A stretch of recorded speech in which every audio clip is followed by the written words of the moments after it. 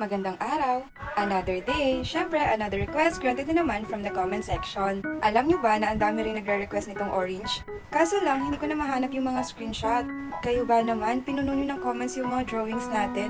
Thank you so much! So, balik na tayo dito sa drawing. Kung nakita nyo, inuna ko mag-drawing ng tangkay. Tapos, nag-drawing na rin ako ng dahon. Hindi tayo ngayon gagamit ng acrylic marker. And drawing ko na rin yung mismong orange. O, baka sabihin ng iba dyan, bakit hindi perfect yung circle? Uy, bigyan nyo nga ako ng perfect circle na orange.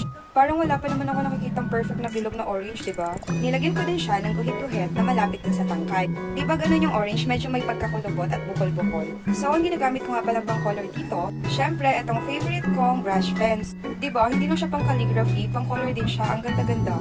Pigmented kasi talaga yung color ng mga brush pens na to, and sobrang soft lang tip niya. Inuna ko lang yung dahon, tapos syempre, yung bunga, at dinoble ko na rin ng color yung bunga para mas matingkad siya at buhay na buhay.